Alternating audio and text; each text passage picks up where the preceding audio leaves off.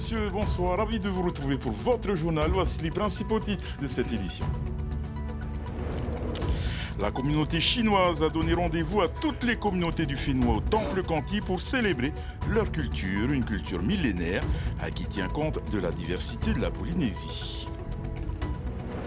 Rio de Janeiro s'est invité à Paea hier pour le Heiva Taravana 2025, un carnaval coloré qui a fait danser tous les quartiers de la commune de Papehue Amara, un événement festif qui a rassemblé toutes les générations sur la pelouse du stade Manoura.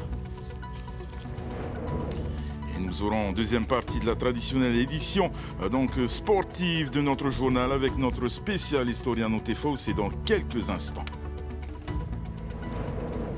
Rémi Briand sera notre invité ce soir, candidat au municipal de Papeete en 2026. Il reprend donc le flambeau du maire actuel, Michel Huyard.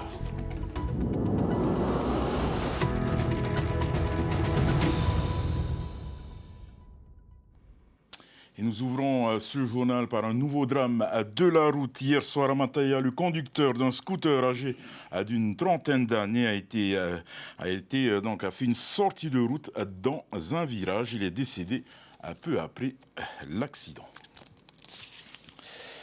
C'est l'événement annuel phare de la communauté chinoise du Fénois. La journée culturelle du temple Kanti rassemble chaque année les principales associations créées par les premiers Chinois arrivés en Polynésie française. Ce rassemblement est à l'image de la diversité de la Polynésie. Le reportage de Sam Teinaure.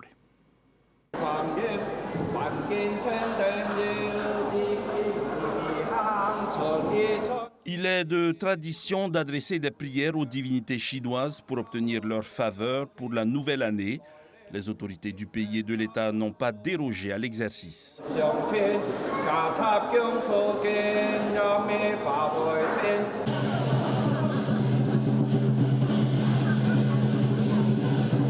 La danse du dragon n'est exécutée qu'à l'occasion de la journée culturelle de la communauté chinoise de Polynésie. Un événement qui est prisé par toutes les familles polynésiennes, toutes ethnies confondues. Cette diversité se manifeste même dans les mets proposés aux visiteurs qui vendent des traditionnelles friandises cantonaises, aux samosas indiens, en passant par les brochettes de cœur de veau typiquement tahitiennes. Pour cette année du serpent de bois, l'association Sinitang, qui rassemble toutes les associations sino-polynésiennes, souhaite faire aboutir les projets lancés il y a plusieurs années.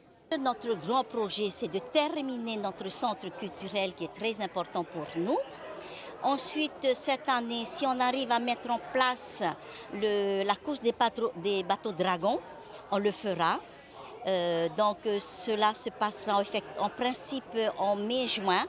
Voilà, tout dépend de l'état de nos bateaux dragons, si on peut le faire ou non.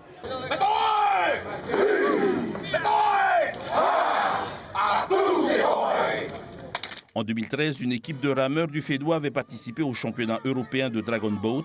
Nos Haïtos n'avaient eu que 3 jours pour découvrir la discipline. Ils ont terminé premiers à toutes les courses proposées. Le projet de compétition de Dragon Boat avait déjà été lancé, mais stoppé net par la crise Covid. C'est le premier événement de l'année à Paea. Le Heiva Taravana 2025 a réuni tous les quartiers de la commune. Une première depuis l'élection d'Anthony Géros à la tête de la commune, même si ce carnaval des temps modernes attire moins que par le passé. La population est venue nombreuse assister aux différentes chorégraphies sur le thème des contes et légendes. Le reportage de Laure Philibert et Matayore. C'est une arche colorée naturelle formée au-dessus de Manoura qu'a franchi le char du Heiva Taravana 2025 en début de soirée. Un rendez-vous annuel qui fédère toute la population. L'édition 2025 génère à nouveau un certain engouement. C'est le premier événement de l'année. C'est un événement entièrement organisé par les quartiers de Paea, de Papehue jusqu'à Mara. Et ce soir, on peut être admiratif de la réussite de cet événement puisque tous les quartiers se sont mobilisés. Il y a à peu près 1 millier de personnes qui ont participé. C'est un Heiva Taravana, un carnaval à la polynésienne avec un mixte par rapport à la musique contemporaine, musique un peu à Parima, un peu Tahiti. Mais en tous les cas, voilà, c'est l'évolution. Ancrée dans la tradition ou plus contemporaine, chaque troupe a suivi un fil conducteur. C'est une première puisque cette année, les 8 quartiers sont présents et représentés par nos associations de la commune. Pour pousser cette jeunesse à aller découvrir à travers les légendes, les histoires de la commune, avec nos matahiapo qui commencent à s'en aller. Aujourd'hui, nous n'avons plus beaucoup de matahiapo. Donc cette année, on a voulu accentuer ce lien entre nos matahiapo et les enfants. C'est en rouge qu'a défilé le quartier Veïteroupé. Il a su mobiliser la relève. Les chorégraphes de la troupe ont tout juste 12 ans. Tout a été réfléchi par nos jeunes benjamins. Donc je remercie Keinoa ainsi que ses collègues qui l'ont aidé à faire de notre show une magnifique prestation. L'événement déjà prévu de longue date a dû attendre les financements nécessaires pour se tenir. Et c'est au rythme des carnavals brésiliens que les participants ont conclu la soirée dans une euphorie qui a même gagné le Tavana.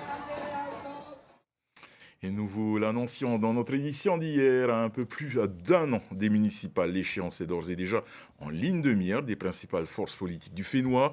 Si les premiers candidats se sont fait connaître dans la capitale, à Paia, le duel entre Anthony Géros et Tepoaraou Itei devrait se rejouer. Interrogés en marge du Heiva Taravana, les deux figures de l'Assemblée ont dit se préparer au micro de Laure Philibert et Mantayorei.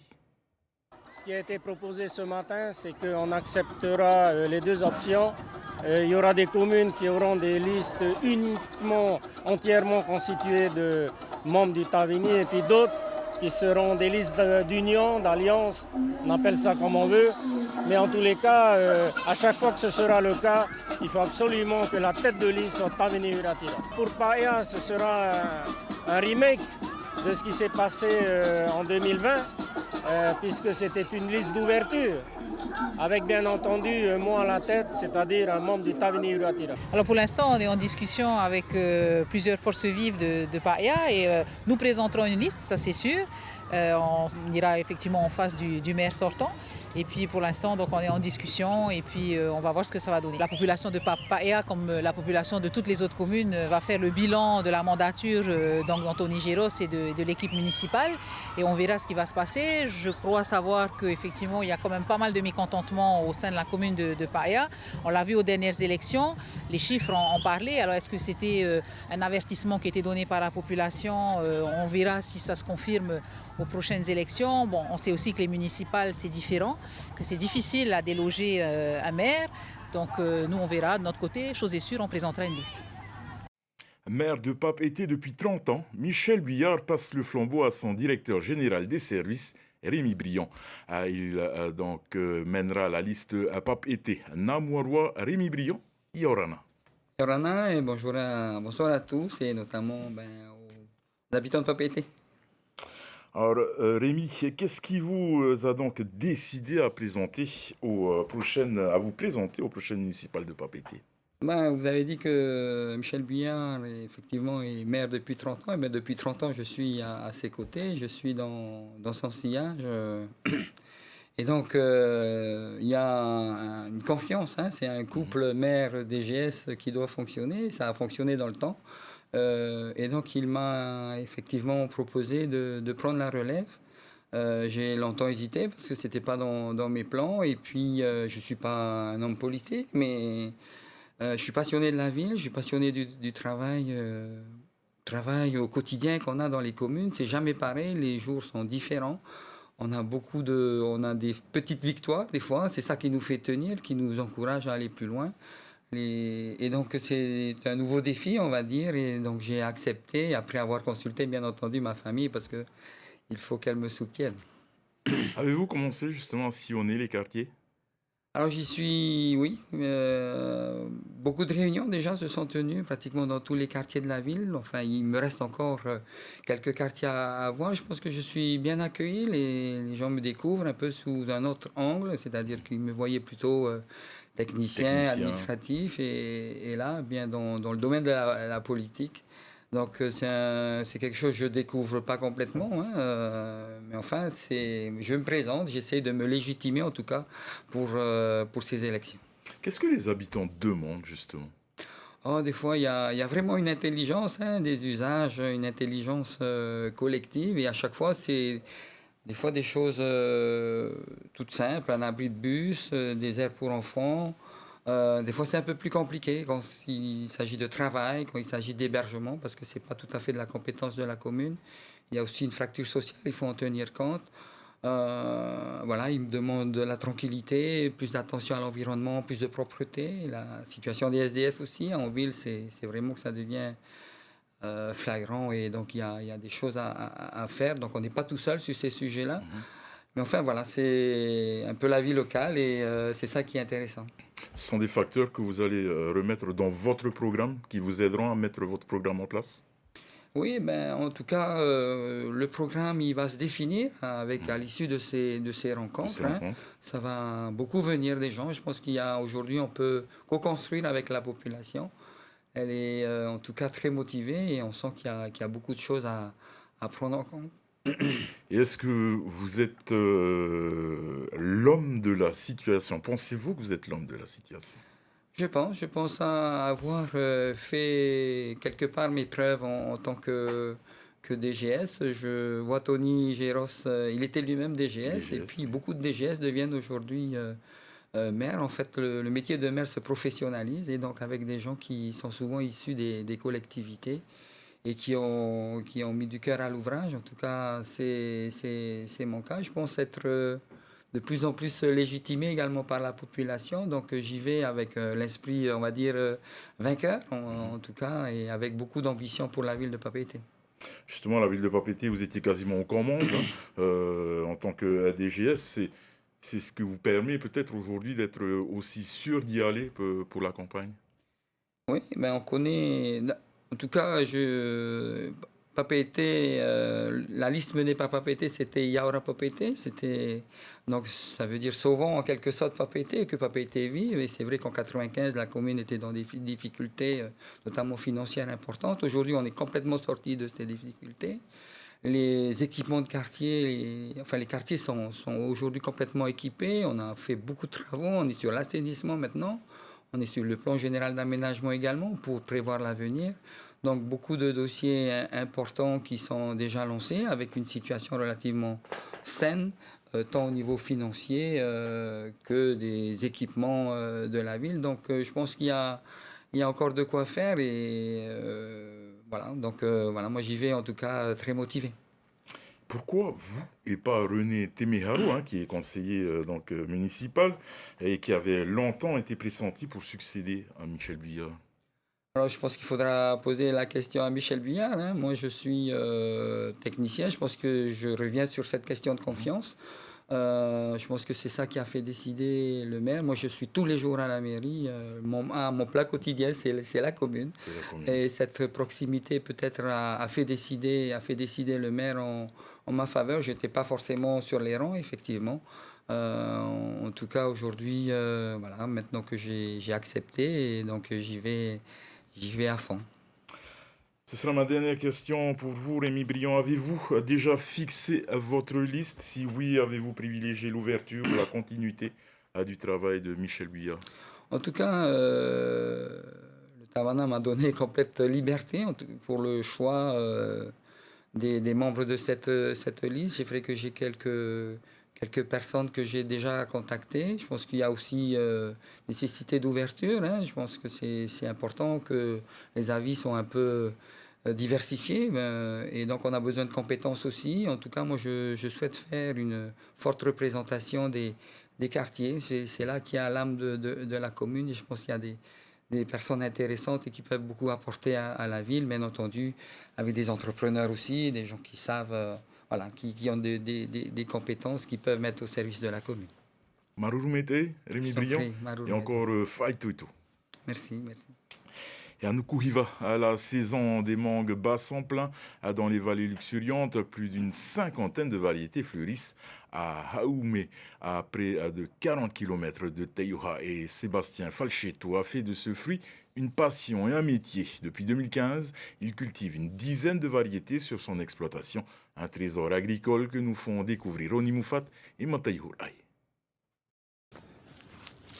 À Haoumé, la mangue est reine. Dans son verger de 2 hectares, entre citronniers, cocotiers et papayers, Sébastien Falchetto bichonne une cinquantaine de manguiers dont les branches se courbent sous le poids des fruits. Il y a le trésor, il y a le Tumuthiao, il y a le Souka, il y a le Labé, et greffé, et Horipi.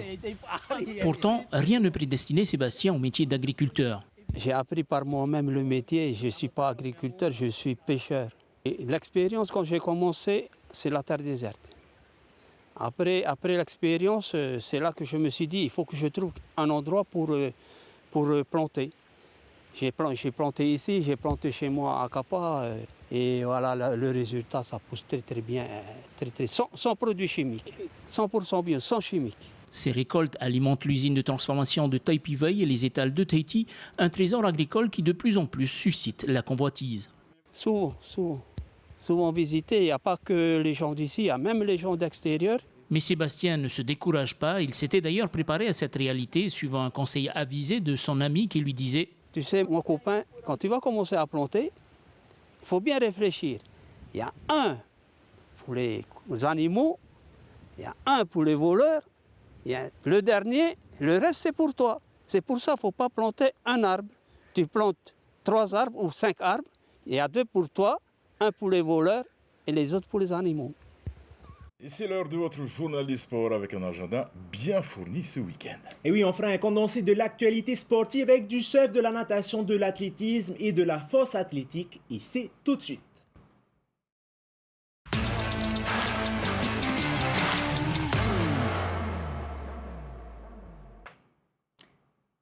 Les jeunes surfeurs pris en découte sur la Toria Tour 2025. Ils étaient une centaine pour cette première compétition de l'année qui leur est réservée à l'embouchure de la Papineau. Et Ndiaye était parmi le public avec sa caméra. Regardez.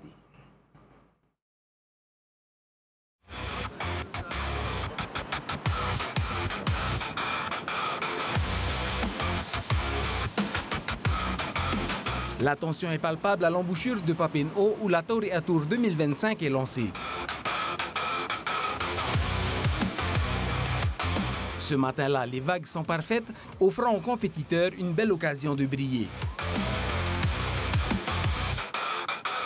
C'est l'idéal parce qu'en plus, ils peuvent tuber, ils peuvent faire des airs, on a de beaux spectacles. Et voilà, on est super content de cette première journée en tout cas. Les surfeurs ont 20 minutes pour se distinguer et espérer accéder au round suivant. Le but est d'aller en finale, mais c'est loin d'être facile car la concurrence est rude et tout le monde veut briller.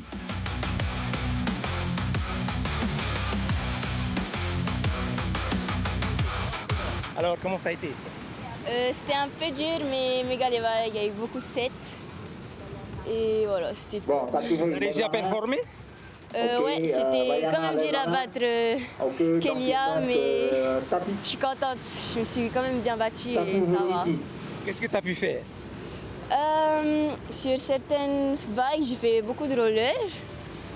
Bon, pas comme les autres, mais j'en ai fait et ça va, je suis contente quand même. Et là, c'est quoi la suite pour toi? Là, je suis en repêchage, moi, 16 ans. Bien, mais il n'y avait pas trop de vagues, enfin ça va. Tu as pu réaliser de bonnes figures? Bof. À la fin, j'ai fait un petit roller, mais c'était rien vraiment. Mais c'est pas grave, il faut rester positif.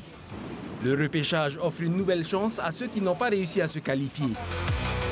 Alors, c'était difficile ces repêchages? Ouais, ça a été difficile, mais pour l'instant, je sais pas si je passe encore. Mais je suis contente, moi, quand même. Tu t'es bien amusé quand même? Tu as fait de belles figures? Ouais, ça va. Qu'est-ce que tu as fait? J'ai fait un carve et la deuxième, j'ai fait 2 carves. Si ça s'arrête là pour toi, t'es pas déçu? Si, un peu.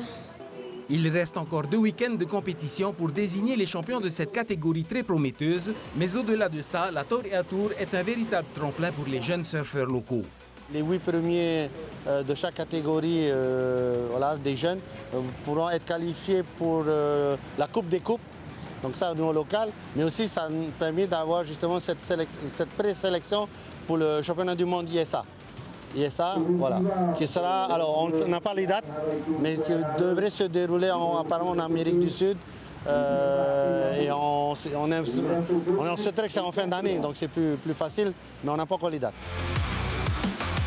Le deuxième Tour se déroulera en juin à Papara, une nouvelle occasion pour ces talents montants de briller.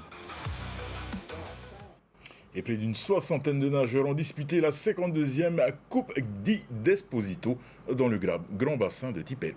Et cette coupe rend hommage à Guy Desposito, fondateur du premier club de natation du Fénois, le Cercle des nageurs de Polynésie, créé en 1971. Et cette année, c'est une demoiselle qui remporte ce trophée. Allez, on vous dévoile tout dans ce reportage.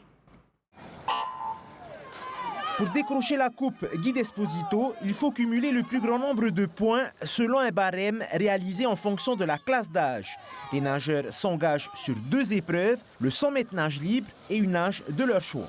Un programme assez différent des compétitions classiques. Donc on a un 100 mètres crawl obligatoire. Et moi qui suis brasseur, c'est vraiment différent. Et ouais, ça fait sortir de la zone de confort en fait. L'ambiance elle est vraiment pas mal, il y a beaucoup de personnes, c'est pas comme d'habitude. D'habitude on n'est pas autant dans les tribunes. Et aujourd'hui c'est assez particulier je pense parce qu'il y a beaucoup de jeunes qui nagent et tout. Et c'est aussi une compétition organisée par le CNP, l'un des plus grands clubs de la Polynésie. Guy Desposito a été le premier entraîneur de natation envoyé par le ministère national de la jeunesse et des sports. Et donc il a connu les grands débuts parce qu'il entraînait des nageurs à Whareouté. Et puis en attendant la construction de la piscine de Tipperary, il entraînait les nageurs à l'hôtel Matavai, au Maeva Beach. C'était les années 60, début des années 70, 1970. Ce rendez-vous permet aux espoirs de se préparer pour les championnats de France jeunes et les championnats de Nouvelle-Zélande en avril. On y retrouve le jeune Enoa Vial, champion de France du 5 km en eau libre. J'ai fait le 100 nage libre, je suis pas loin de mon temps. Après la compète là, elle n'est pas préparée, c'est surtout une compète d'entraînement un peu. Donc là je fais le 800, je vais tenter la qualif mais je pense que ça va être compliqué parce qu'on a fait des entraînements assez durs là ces derniers jours. Mais dans un mois, il y a une compète et je pense que c'est là que je vais tenter la qualif. Les 2 dernières éditions ont été remportées par Ruhutu Teahui. Et pour cette année, Hemaruiti Bonar décroche le titre avec un total de 1344 points. La nageuse de l'Olympique de Pirée remporte la Coupe Desposito pour la 2e fois. J'ai amélioré mes 2 temps. Au 100 crawl, j'ai fait mieux qu'en 2021 et au 200 crawl aussi. La prochaine échéance, c'est les mini-jeux. Nos nageurs se donnent déjà rendez-vous samedi 15 février, toujours à Tipperary, pour le Team Challenge, une compétition de sauvetage sportif en relais. Allez, du bassin, on passe à la piste. La première journée du Challenge Colgate a rassemblé hier au stade de Punaru près d'une centaine d'athlètes, toutes catégories confondues. Au programme du sprint et des courses de fond, Désiré Teivao était sur place. Des courses de 50 mètres pour les poussins, 80 mètres pour les minimes et 100 mètres pour les athlètes engagés en open. Les séries bien fournies se sont enchaînées sur la piste de Punaru pour cette nouvelle édition du Challenge Colgate. Un rendez-vous incontournable de la saison d'athlétisme. La journée est agréable parce qu'il y a énormément d'athlètes qui sont venus et moi c'est bien, ils étaient tous présents. Merci donc à tous les clubs qui ont voulu participer au Challenge Colgate. On a rajouté quelques épreuves pour certains athlètes que d'autres clubs nous ont demandé de rajouter parce que certains cherchaient encore leur minima pour aller au championnat de Nouvelle-Zélande. Cette première journée du Challenge Colgate était l'occasion de voir à l'œuvre les jeunes espoirs du sprint polynésien. Chez les cadettes, Tess Hayat et Alessa Yerena Soulier font partie de cette génération très prometteuse. Je suis plutôt bien partie, mais après c'est vrai qu'au milieu de course on s'est fait un peu rattraper, mais dans l'ensemble c'est correct. Moi j'ai complètement raté mon départ, je suis partie trop lentement. Voilà, du coup je suis pas très satisfaite, mais bon, c'est comme ça. Puis on est en reprise, donc on prépare la Nouvelle-Zélande, donc cette compète on la prend comme un entraînement. Toujours chez les cadets, le spécialiste du décathlon Jacques Temari est venu aussi se tester sur 100 mètres en vue des championnats de Nouvelle-Zélande et d'Australie. Il remporte sa série en 11 secondes 56. Ça va, quand même satisfait, je suis fier quand même, malgré quelques fautes en fait au départ. Cependant, voilà, j'ai fait un bon retour, j'ai mis assez de rythme, mais ouais, ça, je suis content quand même. L'objectif en fait au championnat de Nouvelle-Zélande, c'est le record de Polynésie et en même temps les qualifications pour les championnats de France en juillet. Les athlètes se retrouveront le 15 mars sur la piste de Punaru pour la deuxième journée du Challenge Colgate. Et on continue avec le reste de l'actualité sportive en bref et en images. Les amateurs de VTT avaient rendez-vous ce matin à Atimaono pour la XC, la clinique du vélo.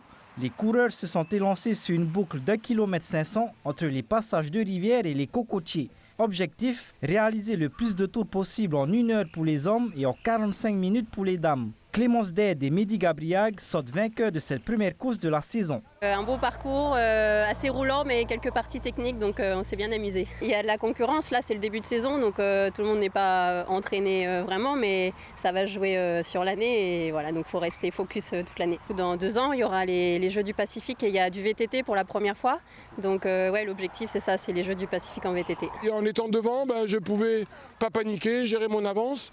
Je testais un petit peu l'arrière, quand j'ai vu que ça craquait, après j'ai pris mon rythme. Puis après je me suis fait un petit contre-la-montre contre moi-même pour me tester au niveau puissance. C'est top qu'ils aient relancé le VTT, bravo aux organisateurs. Hier, 70 apprentis joueurs de rugby se sont réunis à Oremu sur les hauteurs de Fa'a pour les 5e plateaux des U8 et U10. 10 équipes en tout sur le terrain. Le but est de familiariser les enfants avec les règles en les mettant en situation de jeu. Pour la première fois, les joueurs classés dans la catégorie U10 ont joué avec des plaquages sous l'œil vigilant des éducateurs. Le prochain tournoi jeune sera consacré au U12 le samedi 15 février à Pirée. La Coupe de Tahiti Super Eito a rassemblé 150 enfants dans le dojo fédéral hier à Fatawa. Âgés de 4 à 8 ans, les petits judokas se sont affrontés dans leurs catégories respectives. Objectif, leur donner le goût de la compétition. Sur 4 aires de combat, ils devaient respecter certains critères pour marquer des points, comme les déplacements, les projections, l'immobilisation au sol. Samedi prochain, ce seront les plus grands qui prendront le relais, mais dans la grande salle de Fatawa cette fois-ci. Ambiance fun hier à la salle JT de Pirée où s'est déroulée la première étape qualificative du Challenge Benjamin. Dribble, passe et tir étaient au programme avec des clubs venus présenter leurs meilleurs jeunes talents en quête d'une place pour la grande finale du 5 mars 2025 à JT. Au total, 15 filles et 20 garçons se sont affrontés dans plusieurs épreuves intensives. On a moins de participants que l'année dernière. Cette année, on a de tous les niveaux. Ce qui est bien, c'est que c'est encourageant pour la suite parce qu'on a pas mal de jeunes beaucoup plus motivés. Les Benjamins ont donné le meilleur d'eux-mêmes pour décrocher leur place pour la prochaine étape du challenge avant d'affronter les finales nationales les 25 et 26 avril 2025 à Paris. Au final, 6 filles sur 15 et 10 garçons sur 20 se sont qualifiés pour la deuxième étape du challenge Benjamin. Et tout juste auréolé de son 3e titre de champion de France au développé couché, Tario Tereiharoa se tourne déjà avec sa préparation pour les championnats du monde. Et le colosse de Bora Bora participera à ses 3e mondiaux où il a notamment décroché en 2024 la médaille d'argent. Cette année, l'athlète ne vise rien d'autre que l'or. Désiré Teivao l'a rencontré. C'était vraiment dur de s'adapter au froid. À ma première barre, j'ai fait 215. Ensuite, deuxième barre, j'ai fait 225 kg. Et ma dernière barre, j'ai fait 230. Grâce à cette barre à 230 kg, Tario Tereiharoa s'est offert son 3e titre de champion de France. Une nouvelle ligne à son impressionnant palmarès qui comprend aussi 2 titres de champion d'Europe. Ne manque désormais au colosse de Bora Bora qu'un sacre mondial. Une couronne qui tentera de décrocher en mai en Norvège. Ma préparation va aller un peu plus dure. Je dois aller chercher 240, voire 245 kilos. Je dois bien me préparer. Je tiens à tout cœur à gagner ce championnat du monde. Pour nous, la Polynésie, mon île, Bora Bora. Pour sa préparation, Tario peut compter sur le soutien d'un autre colosse bien connu au Fénois, Eriatara Ratia.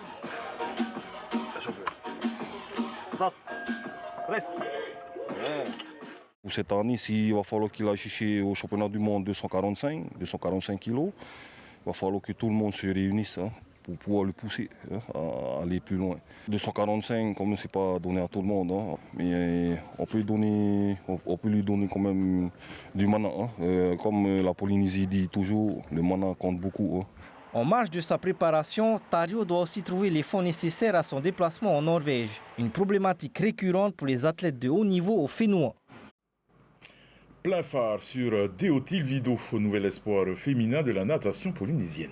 Et cette jeune nageuse de bientôt 16 ans s'entraîne d'arrache-pied au centre de performance polynésien de Pirée en vue d'une qualification au championnat d'Europe junior en avril. Nous l'avons suivi lors d'une session d'entraînement. Ce matin pour Deoti, c'est séance de musculation avec du gainage et un travail de stabilisation. On a fait des battements sur Swiss Ball, des ramenés de jambes sur Swiss Ball, du gainage sur Swiss Ball. On a fait un exercice aussi pour le placement de la tête avec un poids. Et après, on a travaillé un peu les arrachés avec tout ma taille de phare. Si d'autres jeunes espoirs du sport doivent jongler entre scolarité et préparation sportive de haut niveau, Deoti vit à Tiarei et est inscrite en ligne dans une école américaine. Elle gère son temps scolaire et ses entraînements comme elle le souhaite.